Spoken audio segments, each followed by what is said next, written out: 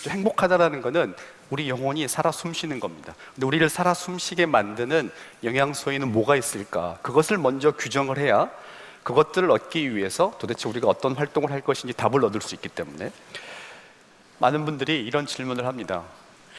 행복한 삶을 살기 위해서 여러 가지를 조언해 줄 수 있으실 텐데 다른 것 빼고 딱 하나만, 비법 하나만 가르쳐 주세요, 이런 얘기를 합니다. 사실 행복에는 비법이 없지만 그래도 딱 하나만 추천한다면 뭐가 있을까요? 일상에서 우리가 한 활동들이 행복을 주는 정도가 다 다른데 가장 효과적인 게 뭘까요? 이런 질문하고 같겠죠. 아까 보여드린 그 그래프, 그 연구에서 나온 결과가 뭐냐, 단일 행동으로는 여행이 압도적으로 사람들에게 행복감을 많이 주는 것으로 밝혀집니다. 여러 가지 활동들을 지금 화면에 보실 겁니다. 역시 일사분면에 보시면 재미와 의미를 동시에 많이 주는 활동들이 쭉 나열되어 있는데 그 중에서도 가장 꼭대기에 빛나고 있는, 별처럼 빛나고 있는 하나의 활동이 있는데 여행으로 되어 있습니다. 그러니까 행복해지기 위해서 뭐를 해야 됩니까? 여행을 조금 더 자주 가십시오. 여행을 가는 것은 도대체 우리에게 왜 이런 행복감을 주느냐, 여러 가지 이유가 있는데요. 가장 기본적으로 벗어나는 경험이에요. 뭔가로부터 좀 떨어져 보는 거는 상당한 행복감을 줍니다. 우리 배우자가 친정에 가거나 출장 갈 때 상당한 즐거움을 줘요. 아이들이 수학여행을 갈 때 상당한 즐거움을 줍니다. 그렇게 사랑하는 가족이지만, 왜냐하면 약간 벗어나 보는 그 즐거움이 있어요. 그런데 여행이 이렇게 벗어나는 즐거움을 주기 때문에 행복에도 유리하지만, 사실 다시 그래프로 돌아가서 행복감을 강하게 주는 활동들 중에 저 일사분면에 보시면 걷기 아까 말씀드렸잖아요. 근데 거기 보면 놀기가 나옵니다. 뭘 게임을 하든지 아무튼 장난을 치든지 노는 겁니다. 그리고 또 뭐가 나오냐면 말하기가 나와요. 그 다음에 또 뭐가 있냐면 먹기가 나옵니다. 우리 먹을 때 가장 행복하죠. 먹고 말할 때는 더 행복합니다. 그런데 여행은 뭐냐? 걷고 먹고 말하고 노는 거가 다 있는 겁니다. 그러니까 일종의 행복의 종합 선물 세트이거나 일종의 행복의 뷔페라고 볼 수가 있어요. 형편이 되어야 여행을 가지라고 생각을 하는데요, 관점을 좀 바꿔보면 좋을 것 같습니다. 삶의 우선순위를 여행에 두면 아무리 형편이 안 좋아도 나는 여행 가기 위해서 시간과 돈을 모을 수가 있겠죠. 근데 문제는 여행을 가기 위해서는 경비만 필요한 게 아니고요, 시간이 필요합니다. 시간이 필요한데 시간을 어디서 가져와야 되지 않겠습니까? 어디서 시간을 가져와야 여행 갈 수 있는 시간이 생기기 때문에 다시 그 그래프로 돌아가 보면 재미와 의미가 둘 다 상대적으로 약한 영역이 있습니다. 3, 4분면에 있는 거겠죠. 재미도 그닥 강하지 않고 의미도 별로 강하지 않은 대표적인 활동이, 여러분 섭섭하실 수도 있지만 TV를 보는 겁니다. TV는 가끔 우리에게 행복감을 줍니다. TV가 절대 고통이라는 의미는 아니고요.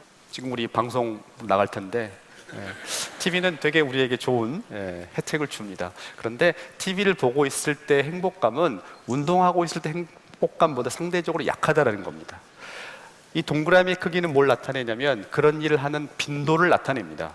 동그라미의 크기가 운동의 동그라미보다 몇 배 커요. 이걸 좀 바꿀 필요가 있다는 겁니다. TV를 전혀 보지 말라는 얘기가 아니라 TV 보는 시간을 줄이고, 또 여기 보시면 SNS 하는 거라든지 문자 하는 것들도 여기 포함되어 있습니다. 이런 시간을 떼와서 여행하거나 운동하는 시간으로 쓸 필요가 있다. 그렇게 보면 행복은 철저하게 무슨 문제가 되느냐? 시간 관리. 우리가 행복이라는 화두를 가지고 들어오기 전에도 우리는 우리의 삶에서 시간을 어떻게 효과적으로 관리할 건가에 대해서 관심이 많았어요. 그런데 시간 관리가 사실은 알고 보면 행복 관리라는 거죠.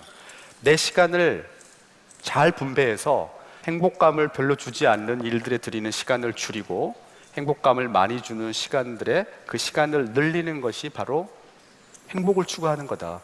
일상을 잘 설계하는 게 행복한 거다라고 얘기를 해볼 수가 있습니다. 자, 여행 얘기가 나왔으니까 도대체 여행이 왜 이렇게 강한 행복감을 주느냐?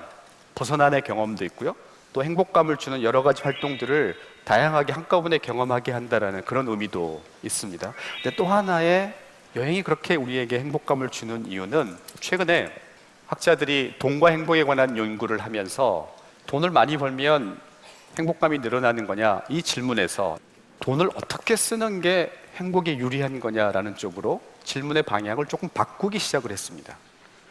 에리 프롬이 쓴 소유냐 존재냐, 이 책 너무나 잘 아실 겁니다. 소유를 추구하는 인간이 될 거냐, 존재라는 걸 경험하는 인간이 될 거냐. 근데 그 질문을 조금 바꿔보면 소유물을 사는 소비를 할 거냐, 소유물을 산다는 건 이렇습니다. 옷을 사게 되면 옷이라는 소유물이 생깁니다. 그런데 우리가 소비하는 대상을 보면 이렇게 소유물이 생기는 대상만 있는 게 아니라 뭔가를 경험하고 체험하기 위해서 돈을 들이는 경우도 있습니다. 여러분은 지금 무료로 듣고 계시지만 만일 여기에 참가비가 있다고 가정해 보시면 이런 강의는 소유물이 생기지 않습니다. 경험하고 생각하는 겁니다. 여행도 마찬가지죠. 그런데 학자들이 연구를 해보니까 소유물을 샀을 때 경험하는 행복감은 경험을 샀을 때 행복감에 비해서 강도도 약할 뿐만 아니라 오래 가지 않는다는 겁니다. 그런데 이 경험을 위한 소비가 행복감이 강하고 오래 가는 이유가 뭐냐? 이야깃거리를 만들어내기 때문에 그렇습니다. 사람들은 뭔가에 대해서 신나게 이야기할 때 행복감을 느낍니다.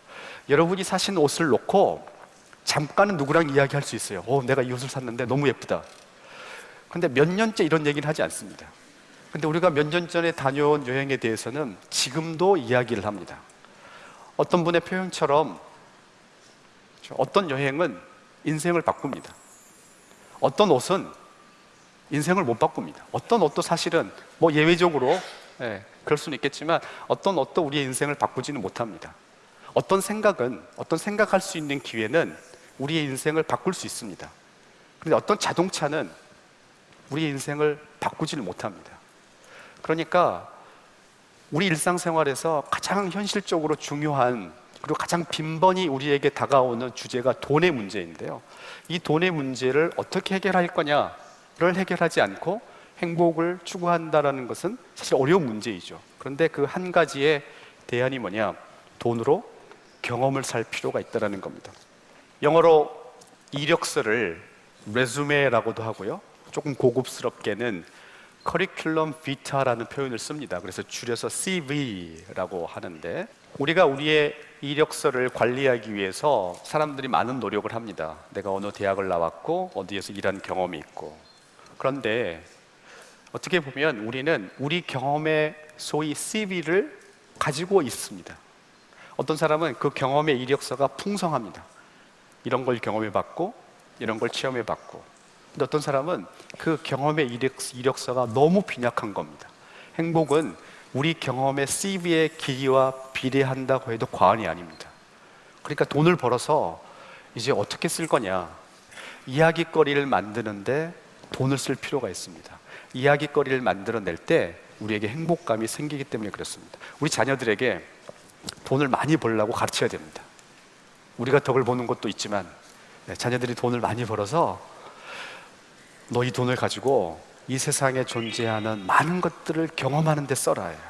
소유물을 늘리는 데 돈을 쓰지 말고 너의 경험을 늘리는 데 돈을 써라. 이것이 돈에 대해서 우리가 자녀들에게 줄 수 있는 최고의 가르침이고, 우리 자녀에게 줄 수 있는 최고의 가르침이라면 우리가 실천해야 되는 어떤 가르침이라고도 얘기해 볼 수가 있습니다. 이제 두 가지